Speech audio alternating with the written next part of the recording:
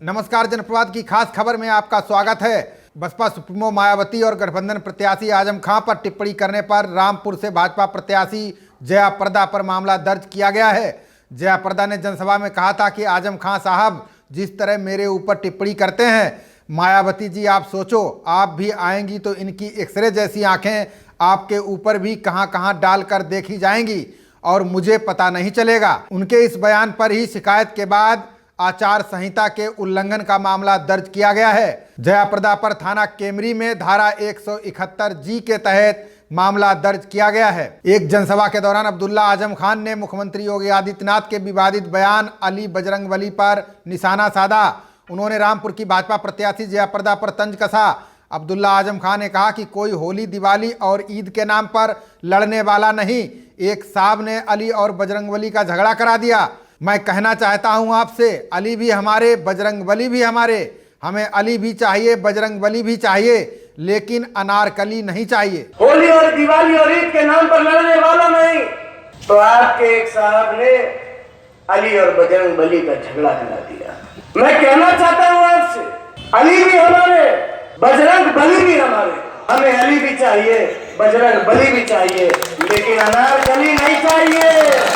भाजपा सांसद छेदी पासवान ने सासाराम में आम जनता से बीजेपी के पक्ष में मतदान करने की अपील की। उन्होंने कहा कि उनकी जीत पीएम नरेंद्र मोदी की जीत है। उन्होंने सासाराम में कहा कि क्षेत्र का विकास करने में वो बिहार ही नहीं पूरे देश में अव्वल हैं। उन्होंने अपने 5 साल के पिछले कार्यकाल में सांसद निधि की संपूर्ण धनराशि खर्च की। साथ ही राज्यसभा के सांसद गोपाल नारायण सिंह से भी फंड लेकर विकास के कार्य कराए हैं। उन्होंने दावा किया है कि सांसद निधि से सबसे ज्यादा काम कराने वाले एमपी वही हैं। गौरतलब है कि भाजपा सांसद छेदी पासवान इस बार फिर सासाराम से एनडीए के उम्मीदवार घोषित किए गए हैं, जिसके बाद वे लगातार क्षेत्र में जनसंपर्क कर रहे हैं। भाजपा प्रत्याशी छेदी पासवान ने कहा कि उन्होंने समाज के हर वर्ग के लिए काम किया है और इसी से उम्मीद है कि जनता उन्हें फिर से मौका देगी। देखिए, एक जनप्रतिनिधि का जो काम होता है बखूबी उसको हमने निभाने का प्रयास किया है। चुनाव जीतने के बाद लगातार 800 दिन तक अपने क्षेत्र में हम घूमे हैं। शायद ही कोई एमपी आज तक बना हुआ है यहाँ से जो इतना समय अपने क्षेत्र में दिया होगा। और इधर 1 महीना से लगातार हम अपने क्षेत्र का भ्रमण कर रहे हैं। उसमें जितना भी 16 प्रखंड है, 16 प्रखंड पर एनडीए का बैठक हम कर चुके हैं। और एक जनप्रतिनिधि होने के नाते जो उत्तरदायित्व और कर्तव्य हमारे कंधों पर रखा गया था एमपी लैट्स के मामले में, तो एमपी लैट्स में हम 100% अपना पैसा खर्चा कर दिया है। और एक जनप्रतिनिधि होने के नाते जो काम करना चाहिए हम ईमानदारी से काम किए हैं। इसलिए हम जनता से अपील करते हैं कि अपना बहुमूल्य वोट भारतीय जनता पार्टी के चुनाव चिन्ह कमल छाप पर मुहर लगा करके और देश के प्रधानमंत्री के हाथों को मजबूत करें, क्योंकि उन्हीं के हाथों में ये देश सुरक्षित है और देश हमारा आगे बढ़ रहा है। रामपुर एसपी शिवहरि मीणा ने 23 अप्रैल 2019 को होने वाले चुनाव के लिए प्रेस वार्ता का आयोजन किया। उन्होंने बताया कि जिले में शांतिपूर्ण चुनाव कराने के लिए 12,000 के लगभग पुलिसकर्मियों व पैरामिलिट्री फोर्स को तैनात किया गया है। अति संवेदनशील बूथों के लिए 270 पर मोर्चा बनाया गया है। पैरामिलिट्री के लिए और सकरी गलियों के लिए मोटरसाइकिलों का प्रयोग किया जाएगा, जो स्वतंत्र और निष्पक्ष चुनाव कराएंगी। रामपुर एसपी शिवहरि मीणा ने बताया कि 23 अप्रैल 2019 को होने वाले मतदान के लिए सुरक्षा के लिए जनपद में 12,000 के लगभग पुलिस कर्मचारी व लगभग 40,000 लोगों को निरोधात्मक कार्रवाई के तहत पाबंद किया गया है। आज माननीय चुनाव आयोग के निर्देशानुसार पुलिस की ब्रीफिंग पुलिस लाइन में की गई, जिसमें ऑब्जर्वर साहिबान हमारे समस्त अधिकारी कर्मचारी थे। इसके तहत हम आपको बता दें कि लगभग जनपद में 12,000 के आसपास पुलिसकर्मी आए हुए हैं जो चुनाव को सकुशल संपन्न करवाएंगे। पूर्व में हम आपको बता दें लगभग 40,000 लोगों को हम निरोधात्मक कार्रवाई के तहत पाबंद कर चुके हैं। अन्य जो प्रिवेंटिव एक्शन है वो लिए गए हैं। तीसरे चरण में मतदान के अंतिम दिन मुरादाबाद प्रचार के लिए पहुंचे भाजपा व्यापार प्रकोष्ठ के प्रदेश अध्यक्ष विनीत शारदा ने आजम खान को देश का सबसे बड़ा आतंकवादी बताया। उन्होंने कहा कि उनका मानसिक संतुलन बिगड़ चुका है और अब मुरादाबाद और रामपुर के लोग उसे पागल खाने में छोड़ आएंगे, नहीं तो इसे इमरान के पास पाकिस्तान भेज देगी।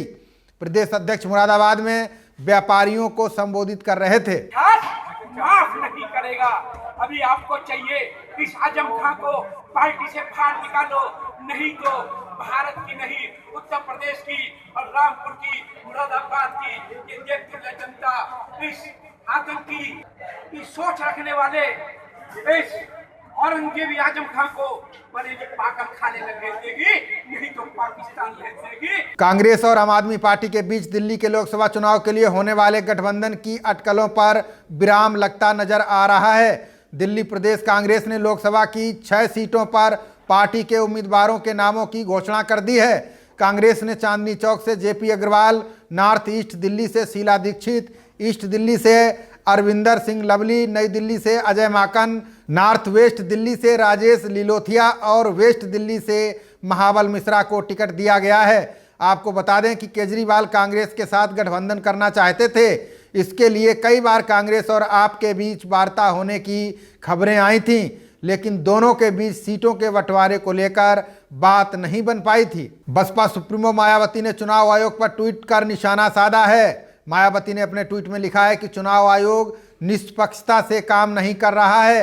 यह देश और भारतीय लोकतंत्र के लिए बड़ी चिंता की बात है, मगर इसके लिए असली जिम्मेदार मोदी हैं। इस गिरावट के लिए बीजेपी भी कम जिम्मेदार नहीं है। मायावती ने आगे लिखा है कि साध्वी प्रज्ञा कह रही हैं कि वो धर्म युद्ध लड़ रही हैं। अब भाजपा और आरएसएस का असली चेहरा बेनकाब हो रहा है, लेकिन आयोग सिर्फ नोटिस जारी कर रहा है। मायावती ने कहा कि बीजेपी रत्न प्रज्ञा का नामांकन रद्द क्यों नहीं किया गया। कांग्रेस अध्यक्ष राहुल गांधी की नागरिकता का मामला और भी गरमाने लगा है।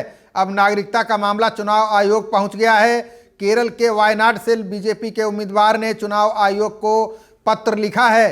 बीजेपी उम्मीदवार ने केरल के मुख्य निर्वाचन अधिकारी से राहुल के नामांकन फॉर्म की दोबारा समीक्षा की मांग की है। इसमें आरोप लगाया गया है कि राहुल गांधी के पास कथित तौर पर दूसरे देश का पासपोर्ट है, जिसकी जांच होनी चाहिए।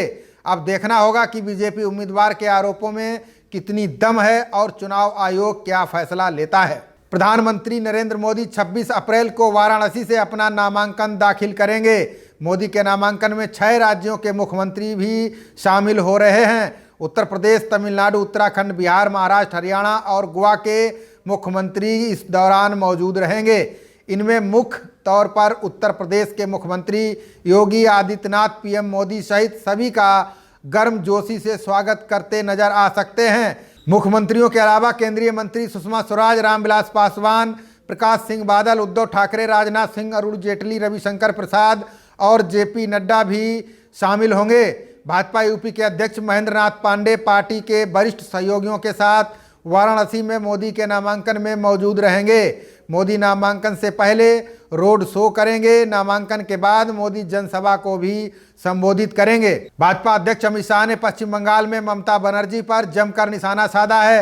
अमित शाह ने कहा है कि पश्चिम बंगाल में लेफ्ट को ममता ने हराया था और अब बीजेपी ममता बनर्जी का सफाया करने जा रही है। लोकसभा चुनाव में बीजेपी पश्चिम बंगाल में 23 सीटें जीतने जा रही है। मोदी को प्रधानमंत्री बनाने के लिए पश्चिम बंगाल की जनता बीजेपी को वोट दे रही है। वहीं अमित शाह ने ममता को घेरते हुए कहा कि ममता को निर्वाचन आयोग से सबसे ज़्यादा दिक्कत हो रही है। वो शिकायत कर रही हैं क्योंकि चुनाव आयोग उनको गड़बड़ी नहीं करने दे रहा है। वहीं दूसरे राज्यों में ज़्यादातर राजनीतिक दलों की तरफ से निर्वाचन आयोग की शिकायतें सुनने में नहीं आ रही हैं। इस बुलेटिन में फिलहाल इतना ही। देखते रहिए जनप्रवाद। नमस्कार।